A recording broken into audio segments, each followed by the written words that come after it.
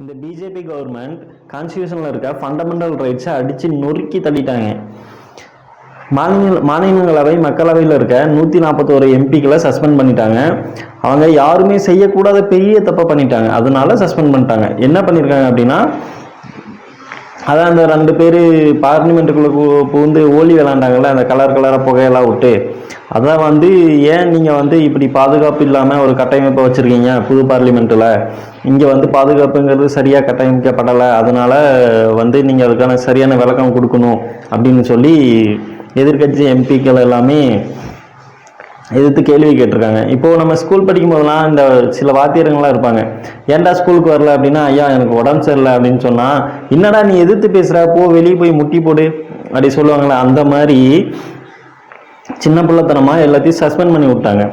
இவங்க சஸ்பெண்ட் பண்ணி விட்டுட்டு உள்ளுக்குள்ளே என்ன வேலை பார்க்க போகிறாங்க அப்படின்னா, இந்த டிசம்பர் 12 வித்ட்ரா பண்ணாங்களா ஒரு பில்லு, நாங்கள் வாபஸ் வாங்கிக்கிறோம், அந்த பில்லை நாங்கள் பாஸ் பண்ணல அப்படின்னு சொல்லி, அந்த பில்லை இப்போ திருப்பி பாஸ் பண்ண போகிறாங்க. அந்த பில்லை, அந்த அமெண்ட்மெண்ட்டை கொண்டு வர போகிறாங்க. அது என்ன அப்படின்னா, பாரதிய நியாய சங்கீதா பில் 2023.